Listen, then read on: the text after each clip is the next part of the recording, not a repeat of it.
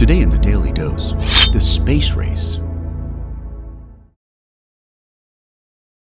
As World War II approached its endgame in Europe, Germany's wartime advances in rocketry prompted members of the Combined Intelligence Objective Subcommittee to embed with advancing Allied troops across Germany, interrogating scientists in research facilities seized by Allied forces.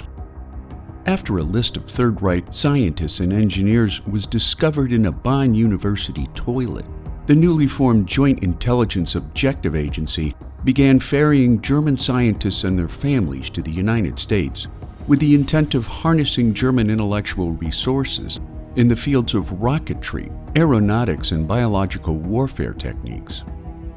In a covert program known as Operation Paperclip, approximately 1,600 German scientists were relocated to the United States, not only to strengthen American technical and scientific know-how, but also to ensure such coveted talent and information would never fall into the hands of the Soviet Union. While President Harry S. Truman unofficially supported the operation, he banned the agency from recruiting active Nazi sympathizers, although the Office of Strategic Services, which would later become the CIA, largely circumvented Truman's edict by removing evidence of possible war crimes from a given scientist's official record. Perhaps the most notable recruit brought to America under Operation Paperclip was Wernher von Braun, who had been the technical director at the Peenemünde Army Research Center in Germany, where the V-2 rocket was developed, an advancement that would rain death and destruction on Great Britain during the early years of the war. Von Braun and his fellow scientists were relocated to Fort Bliss, Texas, and White Sands Proving Grounds in New Mexico, where they helped the U.S. Army develop ever-increasing proficiency in rocket-propelled flight. Classified as War Department special employees, von Braun would later become the director of NASA's Marshall Space Flight Center, as well as the chief architect of the Saturn V rocket, which would safely launch 24 astronauts on their quest to orbit and land on the moon. While supporters of Operation Paperclip maintain that the balance of power during the Cold War could easily have tilted toward the Soviets if these post-Nazi scientists had fallen into Russian hands, detractors, on the other hand, point to an ethical lapse on the part of American government officials who blatantly ignored the war crimes committed directly or indirectly by Paperclip scientists, who were in effect handed a get-out-of-jail-free card without punishment or accountability. Despite their vital allegiance during World War II, American leaders began to cast a weary eye on Russia's embrace of communism. As the growing fight for ideological dominance spread throughout American leaders under a concept known as the domino theory, the belief that without American intervention, Soviet-style communism would spread like a disease unless forcefully driven out of democratic countries. The Cold War ramped up in earnest, leading to the birth of the space race from the mid-1950s to the early 1970s, as both sides sought to demonstrate their technological superiority. The space race officially began on October 4, 1957, when the Soviets launched Sputnik, the first man-made object to orbit in outer space.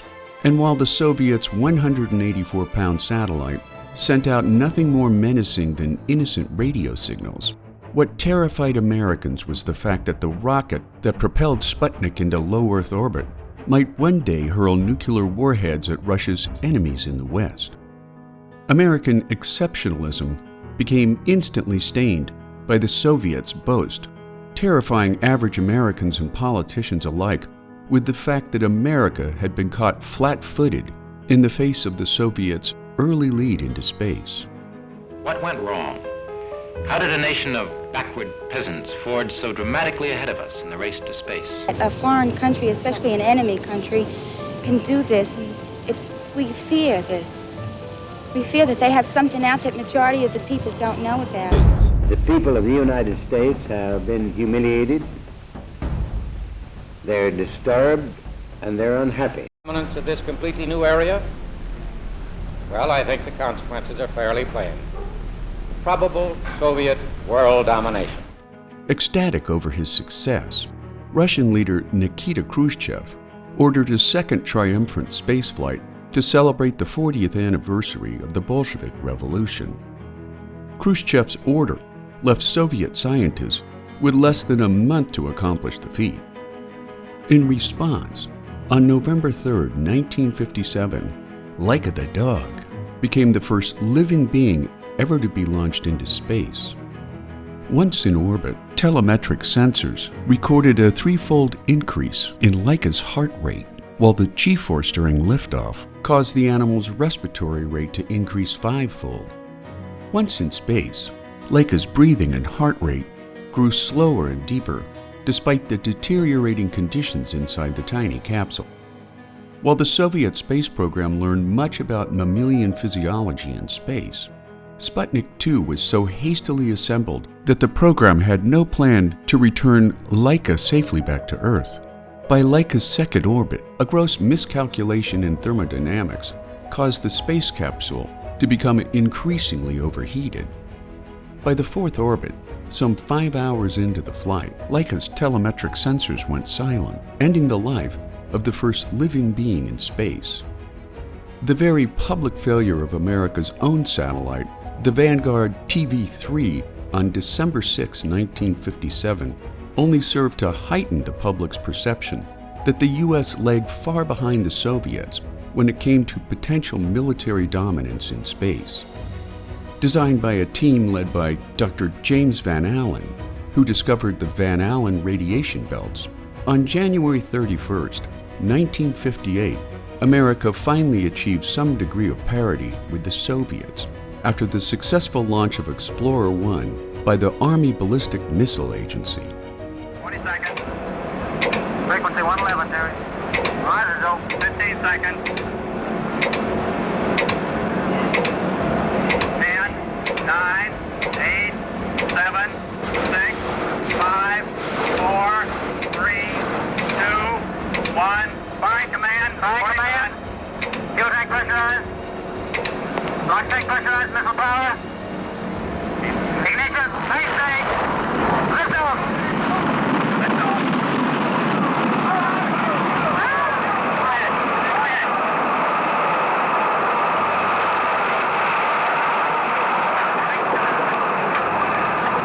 Thanks, Commander.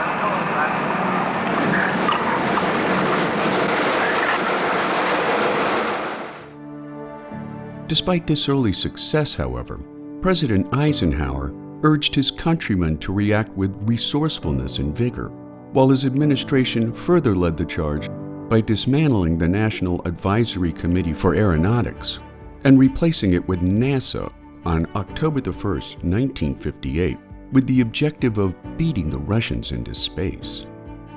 He also pushed for significant reforms in science and engineering education in the United States, leading to the National Defense Education Act of 1958, which aimed to improve the quality of education in all applicable fields, ensuring a steady supply of skilled professionals to support the space program and national defense. In January of 1959, NASA began screening the records of 508 military test pilots before choosing 110 candidates. The candidates were arbitrarily split into 3 groups, but due to an overwhelming volunteer rate, one of the groups was randomly eliminated. After a battery of written tests, interviews, and medical history reviews, 32 candidates traveled to Lovelace Clinic in Albuquerque, New Mexico, where they underwent exhaustive medical and psychological testing. But the group proved to be so fit that only one man was eliminated. The remaining 31 candidates then traveled to Wright Aeromedical Laboratory in Dayton, Ohio, where they underwent the most grueling part of the selection process. For 6 days and 3 nights, the men were subjected to various tortures that tested their tolerance to physical and psychological stress, spending hours in freezing pressure chambers that simulated 65,000 feet of altitude, followed by heat chambers that reached temperatures of 130 degrees Fahrenheit. From these 31 candidates, NASA selected 7 men who would soon become known as the Mercury 7. On April 9, 1959, NASA introduced America's first astronauts to the world, consisting of Scott Carpenter, Gordo Cooper, John Glenn, Gus Grissom, Wallace Schirra, Alan Shepard, and Deke Slayton. Well, my wife feels the same way, or of course I couldn't be here. She's with me all the way, and the boys are too little to realize what's going on yet, but I'm sure they feel the same way. My wife has agreed that professional opinions are mine, career is mine, but we also have to have a family life that we like, and this is part of the agreement. I can't say much for my youngest daughter. She's only 18 months, but my son does have quite an interest in the program. I have no problems at home. My family's in complete agreement.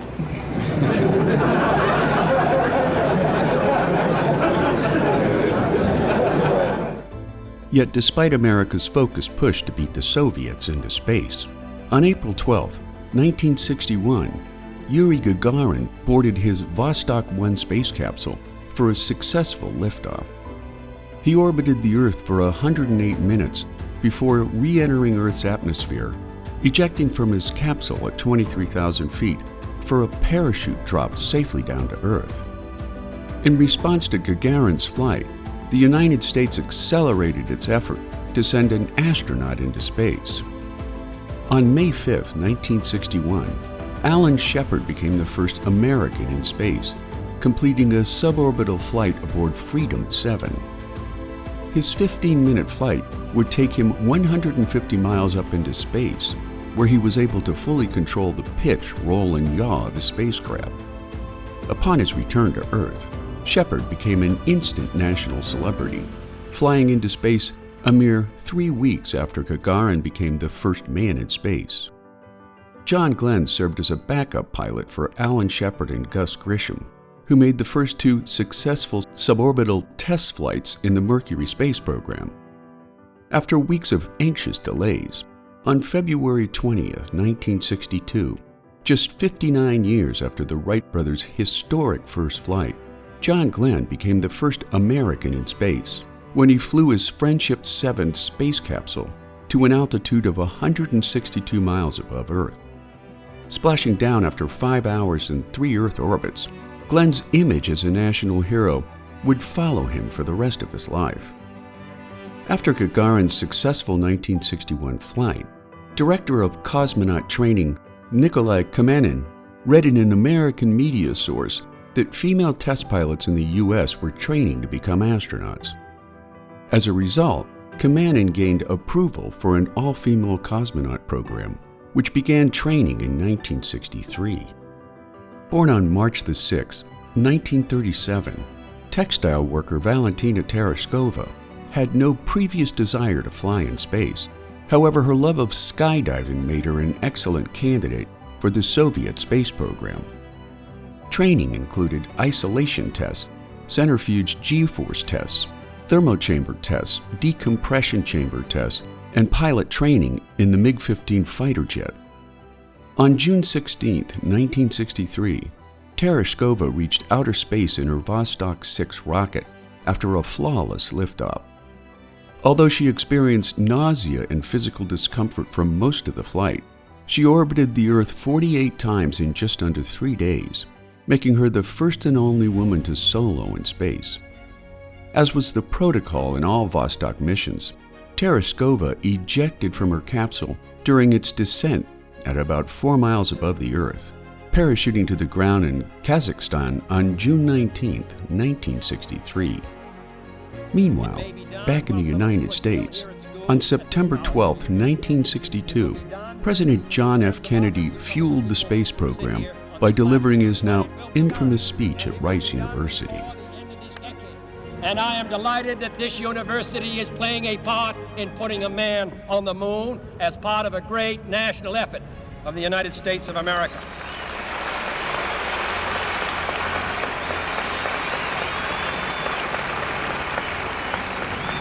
Many years ago, the great British explorer George Mallory, who was to die on Mount Everest, was asked why did he want to climb it. He said, because it is there. Well, space is there, and we're going to climb it. And the moon and the planets are there. And new hopes for knowledge and peace are there.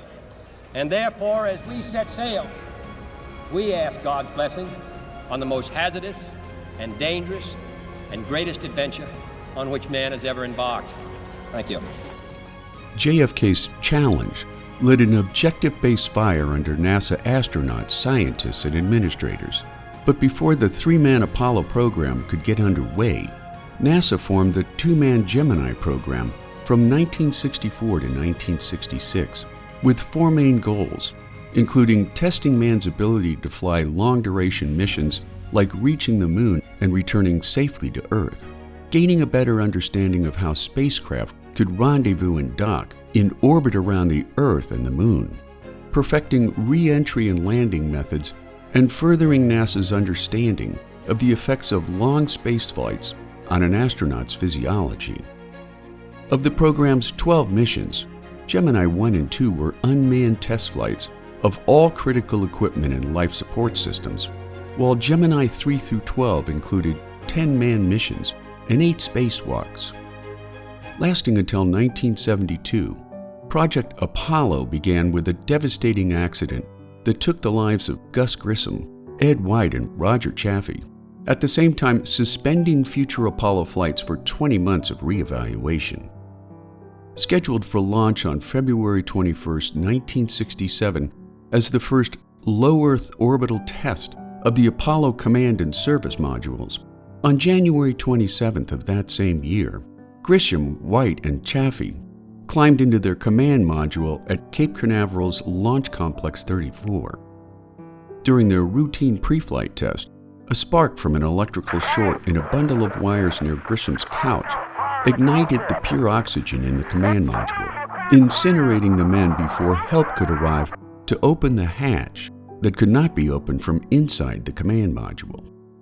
After a major safety and procedural reset, the Apollo program resumed flights with 3 unmanned test flights, followed by 3 crewed flights designed to test the Command and Service module before Commander Neil Armstrong, Command Module pilot Michael Collins, and Lunar Module pilot Edwin Buzz Aldrin made the world hold its collective breath on July 20, 1969, when Armstrong became the first man to set foot on the moon. They're pegged on horizontal velocity. 300 feet down, 3.5. 47 forward. Put up. On 1.5 down. 70. 街の通りにはかなり多くの人が見られますが、大多数の人はもちろんテレビを見られるホテルのロビーとか休憩室に集まっています。私たちは待っているところで。Attend que l'homme pour la première fois prenne pied sur la Lune. Les rues sont loin d'être vides, naturellement, mais naturellement aussi, c'est surtout dans les halls d'hôtels, les bars et les appartements que les gens se groupent, c'est-à-dire partout où ils peuvent trouver un récepteur de télévision. Et nous attendons tous. Lagebericht, während die Welt darauf wartet, dass ein Mensch zum ersten Mal den Mond Contact light. Okay, engine stop. ACA at a descent. Mode control both auto, descent engine command override off. Engine arm off. We're home. 413 is in. Man on the moon. We copy you down, Eagle. Houston, Oh, jeez. Tranquility Base here. The Eagle has landed. Roger, Tranquility. We copy you on the ground. You got a bunch of guys about to turn blue. We're breathing again. Thanks a lot. You're looking good here. Boy. Okay, we're going to be busy for a minute. Never before had so many people been attuned to one event at one time. The world waited, curious, wondering, aware, like a sleeper wakened in the night by a faraway sound. A moment sensed. I'm at the foot of the ladder. The limb footbeds are only depressed in the surface about 1 or 2 inches, although the surface appears to be very, very fine-grained as you get close to it. It's almost like a powder. Ground mass is very fine. Boy, look at those pictures. Wow. It's a little shadowy, but he said he expected that in the shadow of the lunar module. Armstrong is on the moon. Neil Armstrong, 38-year-old American, standing on the surface of the moon on this July 20th, 1969. That's one small step for man, one giant leap for mankind. 6 more lunar missions were to follow, until the American public began to question the large amounts of money spent on space travel instead of addressing other pressing social and infrastructure issues on the ground. After Congress cut NASA's budget, Eugene Cernan, Harrison Schmitt, and Ronald Evans became the last humans to go to the moon in December of 1972 aboard Apollo 17. Over the course of Project Apollo, some 400,000 people over some 20,000 industrial firms and universities worked on fulfilling JFK's promise to land men on the moon before the end of the decade. While the space race officially ended with the Apollo missions, the Soviets achieved significant success with its series of Salyut space stations, beginning with Salyut 1 in 1971, followed by 5 more Salyut space stations over the next 10 years. Serving as laboratories for scientific research and paving the way for long-duration human spaceflights, the Soviets then launched a modular space station in 1986 known as Mir, which operated successfully until 2001. The U.S. in turn built 2 Skylab space stations. The first launched in May of 1973, while the second was built as a backup and is now on display at the National Air and Space Museum. Christened by NASA as the Space Transportation System, or STS, the Space Shuttle program was taken from a 1969 proposed conception for a system of partially reusable low Earth orbit spacecraft. The first of 4 orbital test flights occurred in 1981, leading to the first operational flights beginning in 1982. 5 Space Shuttle orbiters were built and flown on a total of 135 missions from 1981 to 2011, including 2 flight failures which resulted in the deaths of 14 astronauts. The Space Shuttle missions launched numerous satellites, interplanetary probes, and the Hubble Space Telescope, as well as the construction and servicing of the International Space Station, or ISS. The shuttle fleet's total mission time was 1,322 days, 19 hours and 21 minutes, and 23 seconds. As for the ISS, the first segment of the ISS launched on November 20th, 1998, aboard a Russian Proton rocket from Baikonur Cosmodrome in Kazakhstan. The Zarya module, which translates to sunrise in the English, supplied fuel storage, battery power, and rendezvous and docking capability for Soyuz and Progress space vehicles. Unity launched on December 4th of that same year, which was joined with the Zarya module to form an orbiting laboratory. 4 additional lab modules have since been added to the Zarya control module, including one from Japan and one from the European Space Agency, while over 1,500 investigations have been conducted aboard the space station's unique research environment, resulting in more than 700 scientific publications. As of July 12, 2024, over 270 astronauts, cosmonauts, and spaceflight participants from more than 20 countries have visited the International Space Station. Now that a second space race has begun in earnest, thanks to superpowers, billionaire visionaries, and a renewed interest in returning to the moon and traveling to Mars, the commercial space industry is currently a $546 billion market, with projections to grow to a $1.1 trillion market by 2030. India's recent successful landing on the moon with Chandrayaan-3 and a failed Russian attempt highlight the most recent state-funded missions, while China and the United States also aim to land assets on the south pole of the moon. And while the first space race was about national prestige and ideological dominance, the new space race is focused to a large extent on resources and commercial goals, making the space race a major stepping stone in man's growing understanding of the universe we live in. And there you have it, this space race, today in the Daily Dose. Today's Daily Dose documentary is brought to you by PlatosPeach.com, a lesson planning tool leveraging content like this and much more for educators and homeschooling parents. Check out the description for more information so that you too can teach something new every day.